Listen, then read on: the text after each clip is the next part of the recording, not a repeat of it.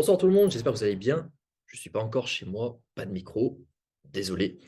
Mais je comptais faire un brief avant l'indice PCE le 27 ou 28 de ce mois-ci, qui nous créera la clôture au monthly du Bitcoin. Et ça, c'est important. Donc le 28 avril, dans 3 jours. Dans 3 jours, l'indice PCE, l'indice inflation aux États-Unis, qui finalement drive la décision du Conseil FOMC qui se fera le 2, on est en avril, mai, 2 ou 3 mai, 2 ou 3 mai. Donc la prochaine semaine, cette semaine est importante. L'indice PCE est très important. En fonction des résultats, l'anticipation du pivot des taux va plus ou moins changer. Si on reste ainsi, ça sera extrêmement bull et on pourra sauver les niveaux clés qu'il ne faut surtout pas céder. C'est ce qu'on va voir dans cette vidéo. Donc l'indice PCE, actuellement, nous sommes à 5%. On prévoit un consensus grosso modo entre 4,5 et 5%. On voit qu'on est en chute libre depuis le début. C'est ce qui fait qu'actuellement, nous avons une anticipation une anticipation des pivots de la Fed pour septembre 2023, donc quelque chose de très bullish pour les investisseurs. Grosso modo, au-dessus de 5%, c'est une catastrophe. Entre 5 et 4,5, pas grand changement sur le marché. Et inférieur à 4,5, ça serait extrêmement bullish. Mais à ne pas oublier donc la date la plus importante entre le 2 et le 3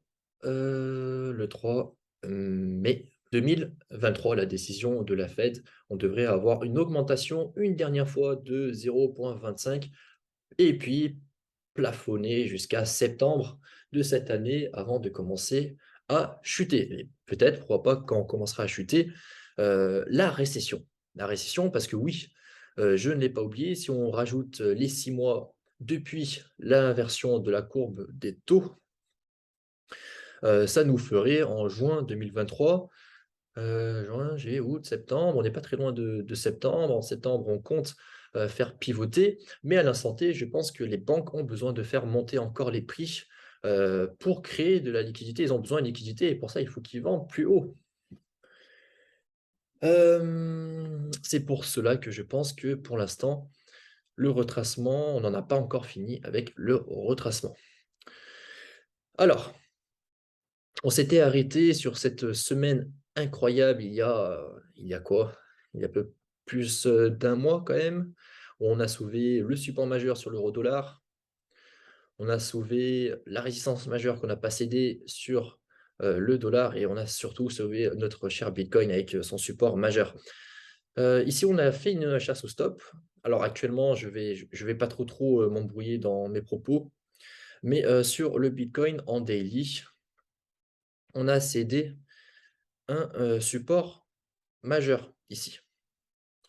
Donc ça, c'est pas boule. À court terme, c'est pas boule. Les gens qui sont là uniquement pour la spéculation à court terme, c'est intéressant de pourquoi pas prendre profit actuellement. C'est simple.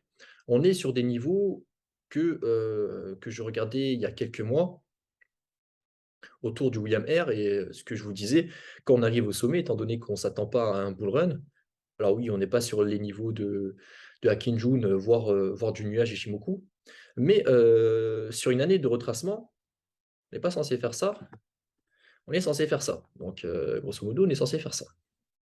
Donc, c'est intéressant de prendre des profits pour les personnes qui sont là à court terme. Mais si vous voyez, en 2019, année de retracement, on n'est pas resté en état d'enfoncement sur William Air pendant des mois, ce qui pousse d'ailleurs les gens à shorter le marché, à faire pousser les prix avec des achats forcés au marché. On ne devrait pas être dans cette situation-là.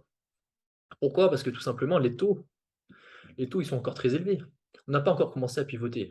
Oui, c'est encourageant, surtout si ça se fait en septembre 2023, ce qui voudrait dire que pour la période de notre cher halving, hop, dans charte, pour la période de notre cher halving, le prix de production sera augmenté par 2, mais en plus de ça, pour imprimer, on devrait être relativement plus bas que les niveaux actuels. Si les anticipations ne changent pas. Et donc, oui, ça sera intéressant à ce moment-là. Mais à l'instant T, ce n'est pas le cas. À l'instant T, on arrive sur les zones hautes. Attention, attention, même si c'est vrai, en weekly, on maintient pour l'instant toujours notre point pivot annuel, tant qu'on ne le cède pas, et tant qu'on ne cède pas aussi les niveaux sur Ichimoku en daily des 25 000 $, là où j'ai mis la zone verte, nous sommes toujours potentiellement dans un retracement qui peut aller plus haut. Si je reviens dans le passé, hop, si je reviens dans le passé, dès qu'on intègre le biseau, le nuage, zone de rechargement de short, et basta, Bitcoin, on n'en parle plus. Zone de rechargement de short, on le réintègre, on range un petit peu, crash Covid, etc. Donc, je vais supprimer ça. Le biseau, on ne doit surtout pas le réintégrer. Et ici, on peut voir qu'on a lâché coup et le biseau à peu près sur les mêmes niveaux. Et on a quand même pas mal de supports qui sont intéressants. Alors, donc oui, ici, on a buté sur le semblant de M-top. On a un nouveau sommet ici, qui a clairement fait office de résistance, mais on a eu quand même un mois de mars extrêmement bullish.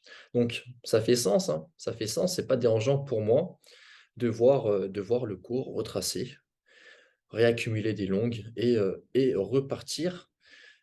Pourquoi pas? Mais pour ça, on a besoin que les chiffres PCE soient bons. Donc, hop, inférieur à 4,5, ça serait vraiment très magnifique pour avoir la décision de la Fed 2-3 jours, 2-3 jours, 4-5 jours après, comme attendu pour le marché, ce qui le rassurerait, c'est-à-dire une augmentation des taux de 0,25. Mais d'ici là, ces résultats-là créeront notre clôture monthly, étant donné que 2 jours plus tard, le 28, le mois se termine le 30 avril. Et le 30 avril, nous aurons donc la clôture. Et ce qui serait bien, ça serait de réintégrer, ça serait extrêmement bullish pour le marché du BTC et réintégrer justement cette grosse résistance où le cours bute dessus, au-dessus des 28 000. Si on arrive à clôturer au-dessus de ce niveau, avec justement des chiffres qui pourraient être très intéressants, pourquoi je dis ça? Parce qu'ici, on le voit avec l'indice Truflation, les chiffres d'inflation aujourd'hui ont fait un nouveau plus bas. Donc ça fait sens, donc à 3,86%, ça fait sens d'avoir un chiffre PCE assez intéressant et donc pourquoi pas faire pousser les risk-on. Et si on pousse les risk-on 2 jours plus tard, donc ça anticipe beaucoup, mais on aimerait vraiment voir une clôture au-dessus de ces niveaux qui pourraient sauver le RSI. On voit qu'ici on bute sur les niveaux des 50. Et si on bute sur le niveau des 50, si on réintègre cette résistance et que cette résistance devient support, on aura un signal très bullish sur le Bitcoin avec un mois de mai qui, je pense, sera assez intéressant pour notre cher Bitcoin. Donc voilà, ça c'est par rapport aux chiffres PCE, donc vous l'aurez compris, très important, surtout pour notre clôture monthly. En weekly, c'est pas beau, on avait une contraction sur le momentum, assez validé bearish, on peut très bien le réavaler. Pour l'instant, c'est uniquement signe de consolidation, surtout en mini bull market. En bull market, les momentum baissiers sont de la consolidation tellement que la tendance est forte. Daily, je ne vais pas faire du court terme maintenant. L'Ethereum, ce qui est intéressant, moi je suis toujours très bull sur l'Ethereum. On a des momentum qui sont toujours très magnifiques. Et surtout, les instits semblent être dans la même direction que moi actuellement. Donc sur le groupe CME, on peut voir, donc ici on a le net position entre les longues et les shorts. On peut voir que les institutions sont majoritairement positionnées à l'achat, ce qui est très, très encourageant pour l'Ether. Et de toute façon, on le voit sur le contrat code qui sert de hedging quand ils sont positionnés à l'achat sur spot, sur le contrat code, sur les spots ou sur certains autres dérivés, les ETF, etc.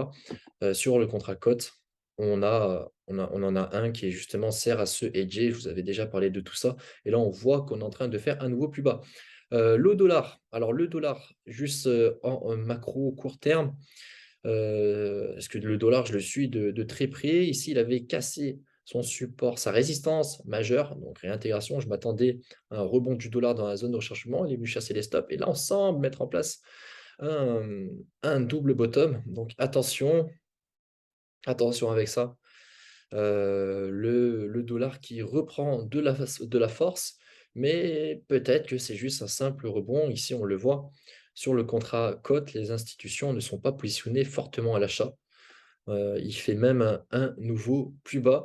Donc, ça serait bien sur Riscon, c'est peut-être juste de l'espérance, mais pourquoi pas juste un rebond en 0,382 ou dans la zone de rechargement. Si on commence à faire un range de cette manière-là, ça risque d'être un petit peu plus compliqué pour les Riscon. Rien de plus à dire sur le BTC est beaucoup moins intéressant que l'Ethereum à l'instant T pour les institutions. Si vous voulez, je peux vous le montrer ici. On peut voir que sur le Bitcoin, l'intérêt n'est pas aussi fou que sur l'Ethereum. On voit qu'il ne se passe pas grand-chose. Donc voilà pour l'Ether. Actuellement, en termes d'altcoin season, on est tout en bas. On est sur une Bitcoin season. Généralement, on n'y reste pas très longtemps. Donc, peut-être voir des setups assez intéressants sur les alts. Je ne me précipiterai pas. Je fais déjà pas mal de points d'entrée en début d'année. Je me concentre dorénavant sur quelques-unes uniquement. Donc, pour faciliter la gestion, US, USDT, disponible sur KuCoin, qui a validé son magnifique W, même monthly, presque monthly. Donc ici, retour, moi j'ai mis une petite alerte sur la ligne balance. Retour dans la ligne de coup. Vous pouvez mettre des profils sur les imbalances. Si vous pensez vendre trop tôt, parce que vous voyez le cours exploser, ce cash, vous pouvez le réinvestir sur 3-4 autres crypto-monnaies que vous avez déjà en visu. Et vous pouvez comme ça accumuler. Imaginons, vous êtes sur un range de plusieurs mois. Bah, c'est dommage de ne rien faire. Vendez un petit peu ici, vous pouvez racheter si vous avez d'autres balance un petit peu plus bas, et ainsi de suite, ainsi de suite. Si vous vendez ici et que le cours part sans vous, c'est pas grave. Ce cash-là, vous pouvez le réinvestir sur d'autres crypto-monnaies. C'est pour ça que c'est intéressant. Vous êtes gagnant quoi qu'il arrive. C'est pour ça que c'est intéressant d'avoir quelques 3, 4, 5, 6. Pourquoi pas. Moi, ce que je regarde beaucoup actuellement, donc UOS, Link USDT, pareil, Atom. Donc, je garde toujours des niveaux en cas de crash. On n'est jamais à l'abri d'un signe noir, donc il faut toujours gérer le risque. Et même si vous êtes persuadé que c'est le bottom, que rien ne peut se passer, etc., laissez toujours la place pour le bénéfice du doute. 9 fois sur 10, peut-être que ça ira dans votre sens, mais les 10 autres pourcents, vous serez bien content d'avoir pris vos précautions. Caps, que je regarde également beaucoup. Donc, il a fait un premier pump. Donc là, je suis en logarithmique. L'idéal, vous savez, hein, c'est d'attendre la zone de rechargement. Il y a des acteurs très influents derrière ce projet qui n'ont pas encore fait surface. Et si ça se passe bien, si c'est toujours d'actualité, etc., ça peut faire un très gros boom. Donc, un actif que je suis de très près, étant donné que c'est un low cap, inférieur à 100-200 millions de market cap, j'aurais préféré une localisation à 1 centime, 0,013, 0,019. Vous voyez, hein, c'est bombé d'alerte. Mais bon, si on fait quelque chose comme ça, j'hésiterai pas à me positionner, pourquoi pas pour un setup AB est égal CD, si mes conditions sont présentes. Hop. Et bien sûr, un autre que je garde à l'œil, que j'essaye d'accumuler le plus possible, c'est notre cher Ethereum, qui fait exactement la même structure que le Bitcoin, hein, finalement. Alors, je vais vous le tracer pour que ça soit bien clair. Je vais vous le mettre dans une autre couleur, en violet, hop. Qui bute sur sa résistance majeure, donc sur le Bitcoin. Sur le Bitcoin, c'est aux alentours des 28 900. et sur l'Ethereum, c'est aux alentours des 2100 $. Donc je réfléchis juste si j'ai passé en revue le gros que je voulais dire. Le long terme, ne pas oublier, il y a beaucoup de vent sur les cyclicités du marché. Ne pas oublier que les 3/4 du temps, c'est du range. C'est du range, donc là, on a un petit rallye, pas si significatif que ça. On pourrait avoir beaucoup plus de jus, mais le marché, à un moment donné, va ranger pour justement faire abandonner un maximum d'acteurs. Ce que j'aimerais pas voir en cas de cassure des niveaux des 26 000 $, je pense beaucoup, comme moi, sont positionnés sur les altcoins. Pour ça, sûrement pour ça que ça a du mal à péter. On le voit ici sur cette charte, ça pètera quand la majorité ne s'y attendra pas. En cas de cassure de ces niveaux, donc si on casse les 25 000, donc on est sous le nuage, on est sous la Kinjun, on réintègre le nuage, alors retracement peut-être terminé. En plus, on voit ici William R qui a atteint son sommet. Et qu'en plus de ça, bah ici, donc, si on casse les 25 000, on recasse notre point pivot annuel et rappelez-vous à quel point il est puissant. Maintenant, on peut très bien, comme je vous l'ai dit dans la vidéo précédente, jongler. Ça fait office d'aimant, les points pivots. Donc, on peut très bien s'amuser avec les acteurs. Le est cassé. Ok, on a cassé, ça va faire du monde. Tout le monde vend. Ok, long squeeze. Ok, c'est ultra bull, on a recassé le pivot. Et s'amuser comme ça. Long squeeze, long squeeze, short squeeze. C'est ce qui s'est passé en 2019. Ça a dû rendre fou de très nombreux acteurs. En haut de range, si on voit ça comme un range, il ne faut pas tout vendre. Le jour où ça part, vous pouvez être déçu.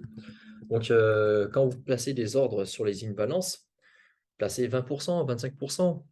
Si on revient en bas de range sur n'importe quel altcoin, vous pouvez mettre des ordres d'achat.